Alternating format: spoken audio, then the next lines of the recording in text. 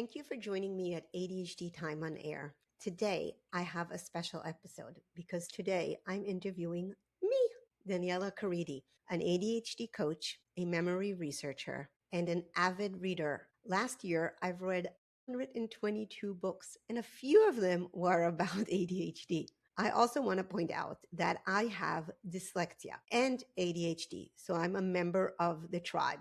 Today, we're going to take this opportunity to get to know me a little bit and to learn about what brought me to ADHD Time on Air and how I succeed to read so many books, even though I am severely dyslexic. So let's start with what is dyslexia. Dyslexia is a reading disorder, a learning disability that I cannot make the connection between phonemes, the smallest bricks of our language, to their graphic representation. So when you take the word dog and you break it down into its smallest parts, that is what we're talking about. In English, there are about 5,000 small bricks that build the language. For other languages might have different numbers. For instance, Hebrew has only 333 of those small bricks that build the written language. So there are languages that are harder to learn for dyslexic individuals. Dyslexia cannot be outgrown, even though I am now an avid reader. It required a lot of accommodations, a lot of using of audiobooks, and a lot of learning and receiving accommodations. And I had received several remedial instructions for years, and still reading is more challenging for me. And what I do many times is I read the whole word, how it looks, and not break it into small structures. So then it's harder to read a new word. It is also slower. If you think about acquiring the language of reading English, it is expected to take several years when we go to school, but then at some point you become a proficient reader. And then when you are introduced to a new word, you might kind of stop and slow down and have to break it down and build it up. But in general, reading comes automatic if you are no challenges, if you learned it in school, if you were taught how to do it. For me, even these days, reading will require more effort and more time. I do use a lot of audiobooks to overcome that. And my favorite combo is reading while listening. So when I can see the words, so I can practice building those new structures in my brain, and then I can hear the sounds. I still cannot spell to save my life because spelling is taking that backwards and reversing that skill. So now I have to take the word and break it down to the smallest sounds and then put it in the representative graphic representation. So thank God I use dictation software a lot to be able to send you text or emails. So if you ever get a message from me and it has spelling mistakes, that is my gift to you in my entertainment. But when we speak about English, many times our reading skills and our writing skills are matched. In my case, I did a lot of remediation and my reading has improved significantly, but my writing skills have not caught up and have not been remediated as much. And I still struggle a lot with that. But when we talk about other languages, it might be different. The ratio of your ability to read versus write might be affected differently. So that is a bit about dyslexia. So the second question is, okay, so now we're even more curious how you succeed to read so many books. So my ADHD brain doesn't like the quiet, and it does not like to run errands like folding laundry or doing dishes or preparing food, being bored. So I listen to books while I am doing those things, especially books that do not require a lot of my focus and attention. So books that are more for pleasure than for work.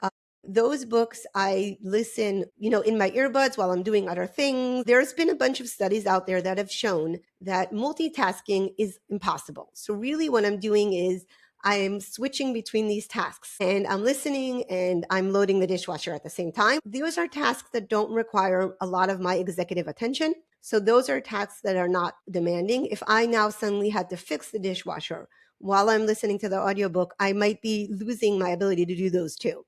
So I might be shutting down the audiobook because there's no ability to do a new task while I'm listening to the book. Or I might be missing some of the information in the book. If this is a book that I want to read to be able to share it with you guys, to be able to have a conversation about it, then I usually try to do it by my desk while I'm holding a pencil or a pen, telling my brain that this is focus time, I will be or listening and reading, which is my best combo, my favorite, or just reading. Then I would be definitely also taking notes and highlighting, making sure that my brain understands that this is learning focusing time and that information needs to be cataloged, restored, so it can later be retrieved. So that's answering a bit about the questions about how I succeeded to read 122 books while being dyslexic and have ADHD. This year, I'm hoping to read the same amount, more or less, but I don't read for collecting the numbers. I do use good readers to help me keep track of the books, because if I'm listening to a book while doing other things, sometimes I don't even remember that I read the book. So I like to keep track that I read the book, because if I go to listen to it again, I will have parts that are familiar and then I get bored and then I don't enjoy listening to it. So I do it for my own sake. And then for the professional books, I also like to be able to keep track when the first time I read it, because I do like to reread professional books, because every time I'm reading them again, it's like new me with new knowledge, and I might grab different points and different information from the book. If you guys have recommendations of books I should be reading that are not on my shelf, or just your favorite ADHD related book, please put it in the comments so I can grow my library, and also to know that I'm not the only one that enjoy those specific books. So help me stay motivated in my reading progress, and let me know what you guys read and what you think I should be reading. I do get asked a lot about my bookshelf. So you see part of my bookshelf behind me. I promise I will do a bookshelf tour in the future. But as people notice, I like to organize my bookshelf by colors, because that is one of my ways of my brain to be sorted. So our memory puts information in our brain in different ways. All of us have different strategies. Some of us are very good in remembering names. Other of us are remembering pictures. I use a lot of color in my life and in the way I store information. So instead of going against that, I am going with that. And I color coded my library. I also color coded a lot of things in my life and with my kids' life. So we each have a color in our family. I'm purple, not surprised, I'm a purple girly. And that means that if there's something in around the house that is purple, there is a high likelihood that if you bring it back into my room or put it in my office, you're putting it in the right spot. And that helps a bit of organizing. So any purple notebook you'd see around the house is definitely mine. We also use that for other stuff. So when you travel, for instance, if you have more than one passport, or if you're a parent and you're holding the whole family's passports, we put a sticker on the outside of the passport on the back, small circle. Mine is not surprisingly purple. And my kid, my son, for instance, was always yellow. So his will be a yellow circle. So if I'm going through the pile of the passports and I need to give his passport, I don't have to open it and check for his picture. It has a yellow circle on outside, then I know it's his. When the kids were younger, we also color coded, for instance, the cups, the people, and the plates, and even the plastic silverware we bought in IKEA. We kind of divided and made sure that it's clear who has what. When we don't have purple, I take the black or the green for me. But the idea is that this is kind of reducing the memory load. So one of the strategies that I love teaching my clients and I love using myself is reducing memory load. And to reduce that memory load, if we can code things in a specific color or in a specific shape or in a specific way, it kind of helps our brain sort it. I will want to say this out loud. If you have a kid or you are colorblind, please make sure to choose colors you can see. I say that because I do have a child that is colorblind, and that's one of the reasons he has yellow as his color, because he could see that in most environments, in most situations, and therefore it is a good color. If we would have chosen purple for him, sometimes purple looks pink, sometimes it looks red, sometimes it looks blue, and it might not be such a good fit. One of my favorite questions to ask people on my podcast is, what do you think people are getting wrong about ADHD? And I would love to answer that question. I think there's several things people are getting extremely wrong about ADHD. And we're going to start with the most obvious one for me, is that the term is wrong.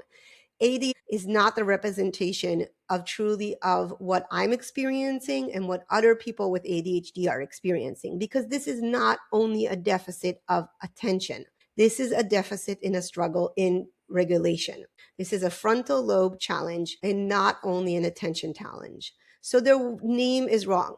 Okay, we can choose another name. I hope that at some point we do. But I think that ADHD is not only an attention problem, It is a self-regulation problem. The other thing I wish people will understand is that we don't have an underdiagnosed problem. We're not overdiagnosing ADHD. Actually, the opposite. There are minorities that are underdiagnosed. Individuals above 65, women, minorities of culture and race are being underdiagnosed. So this is not a problem of overdiagnosing ADHD, but opposite. These days, we are underdiagnosing individuals in different groups. And I go crazy when I get asked, so what do you think about the overdiagnosis of ADHD? There is no overdiagnosing of ADHD. It's kind of like when they found the telescope and suddenly we saw stars. Is the telescope overdiagnosing stars? Or when classes were started to be affordable and we started giving them to people, there was a whole article about people getting over use of glasses. I think that is part of the problem. We're developing tools and understanding, and we're using those tools. And people are saying, oh, that's overuse, where it's actually we're underusing these tools. So if you're out there and you are thinking, oh, I don't have ADHD. This is an overdiagnosed problem. It's not real. It is real. And go get the diagnosis if you think you have ADHD. I will add that sometimes people don't have ADHD, but have symptoms of ADHD, and there is no other label to give them because we unfortunately don't have something that's called temporary ADHD. So if, for instance, if you had brain cancer or other severe chronic conditions, you might show symptoms of ADHD that are acquired late in life, then you don't fit the criteria for ADHD because ADHD has to happen. Symptoms have to start before age 12. So in those cases, I would clearly say that you have temporary or your symptomatic symptoms that are similar to ADHD. You can benefit from some of the ADHD research. You can benefit maybe from coaching and from therapy and cognitive behavioral therapy, but you don't fit the criteria for ADHD. And the third thing that bothers me, rubs me the wrong way, is when people think it's too late to get diagnosed or to receive treatment. If you're a parent or an older adult and you're like, what's the use? Or even if you're young and you think I'm coping, so I don't need this label. The purpose of diagnosing ADHD is not for the label. It is for understanding better. And you know what? I'm going to go back and I'm say, yes, getting the label could help. But I want to emphasize that the purpose is for the ability to feel part of something, to be able to receive treatment, to get accommodations in the workplace if you need it, to also understand your life story. So your life story might be looked in a different lens if you understand that you have ADHD. Another question that I like asking my guests is, what would you tell young self? Now that you know about ADHD, or now that you know about memory, now that you know about learning or any other topic we've been talking about, what will you tell young self? So from my top age of 50 something, I will tell my top self, first, put on sunscreen. Young self needs to know that this redness, it is highly correlated to skin cancer. And she should wear sunscreen. But on a more serious note, I would tell myself that hard work that you're doing on researching and learning and becoming an expert in ADHD, but also in working hard to learn to be a reader, it's gonna pay back. You are going to be able to read books. You are going to be able to help others. You are, without a doubt, be able to share this knowledge with the world, and it's going to help others. And then what would I tell older me? What future me? I think I will tell future me, go girl, keep on doing this. You are amazing. And then as an ADHDer, I think that mantras really help. So one of the mantras I found myself walking around the house and saying, as I am doing stuff that might be more boring or more challenging, you're doing your fucking best. And that's all you need to do. You're doing your fucking best, and that's all you need to do. So I'm going to repeat that mantra to future self. Keep on doing your fucking best, because that's all we can do. So this is my short episode for this Thursday. If you enjoyed learning about me, learning about how I succeed to read, please subscribe. Please write comments. Please support this podcast. Do this as my birthday gift. It is my birthday month. So support me, share this podcast with others. And if you have recommendations of mysteries I should be reading, if you have recommendations or listening to, if you want to be accurate, or ADHD related books or guests you think that should be on this podcast, please put them in the comments. Love to hear your thoughts. Hi, everyone. This is part 2 of ADHD Time on Air with Daniella Karidi, because in true ADHD style, part of the recording did not work. So this is me re-recording part of the conversation. If you are listening, thank you so much. If you're watching on YouTube, you might see some minor changes. And we were talking about me, about Daniella Karidi, and how I succeeded last year to read 122 books, even though I have ADHD and dyslexia. And one of the questions I get asked is about the comorbidity, the combination of having ADHD and dyslexia. So I want to emphasize that these are separate conditions, but they can come together. You can have both of them. And actually, studies have shown that 25 to 40% of individuals with ADHD have a learning disability. And if you look at the statistics the opposite way, it also works. If you look at individuals with learning disabilities, 25 to 40% of them have ADHD. So it's very comorbid. So I'm not special or unique. Well, I am, but I'm not in in the fact that I have both dyslexia and ADHD. And if you want to learn more about ADHD or dyslexia, you can go to my two favorite nonprofits in this world of ADHD and dyslexia are CHAD, Children and Adults with ADHD, or LDA, the Learning Disability Association. And I will put both those links in the show notes. So if you want to learn more about the comorbidity of those two conditions and exactly what's the difference and why should we really care about knowing if you have ADHD or dyslexia, you can look at both those websites. Another common questions I get asked about is about my Focus on ADHD book club. And what is that? That is a book club I started several years ago when I was really overwhelmed with purchasing all these books and making my to be read pile really large to the level that it almost fell on me next to my bed, but not getting myself able to start the reading. I was really struggling with reading the professional books that I cared about, that I bought, that I really were motivated to read. So I decided to not only talk the talk, but also walk the walk and create a group that would cause accountability. So this group meets once a month on Zoom, and I will put the link. But if you Google it, you can find Focus on ADHD Books at bookclubs.com. And basically,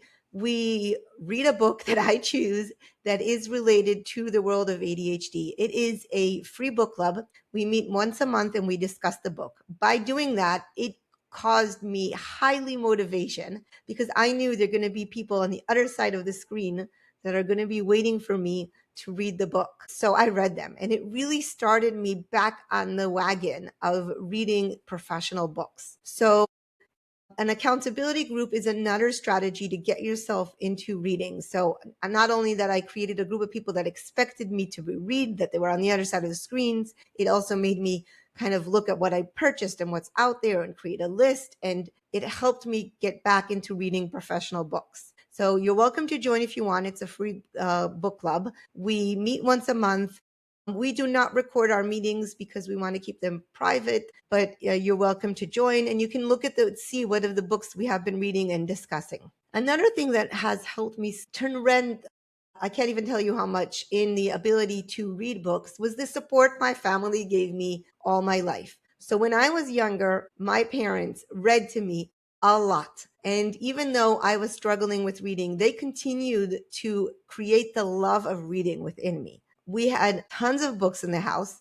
We had crazy amounts of children books, and my parents consistently gave me opportunities to be exposed auditorily to books. So books on tape, they had books on records, but we had a lot of exposure to books, and it created in me the love of reading and the love of books. In addition to that, I remember as a child discussions on books, a lot of them. So even if I didn't have the opportunity to read a book, I would hear people talking about books all the time. So not only that I was motivated to overcome my reading challenges because I wanted to acquire knowledge, I was motivated by a very supporting family and a very positive attitude towards reading and towards books. So that's another component. If you have a child that is struggling with reading, or because of their ADHD, or because of their reading disorder, or because of both, creating the love of books, still showing them the importance of book. If you are a reader and you're doing it on a technology, your kid doesn't know if you're reading or if you're like working or playing. So verbalize, tell them, oh my God, I read this book, I'm reading this book. If you're using your Kindle to read or listening to an audiobook and your kid is bothering you and you have to stop, and you can say things out loud like, wait, I'm going to pause where I am on my book. That is demonstrating to your children that you are reading. Let's say you're not a reader, but you want to raise a reader, or you have ADHD and dyslexia, but you want to still create love of reading in your kids. So I think it's really important to have conversations around books, even if you are struggling to read books. So ask them about the books they read. Go on AI and get a summary of that book that they're reading for school so you can be part of the conversation. Don't hide your challenges. Say to your kids things like, oh, I'm struggling with reading, but I really, really enjoyed listening to this book, or I really enjoyed our conversation about the book. Thank you for sharing with me, even though I didn't have a chance to read the book.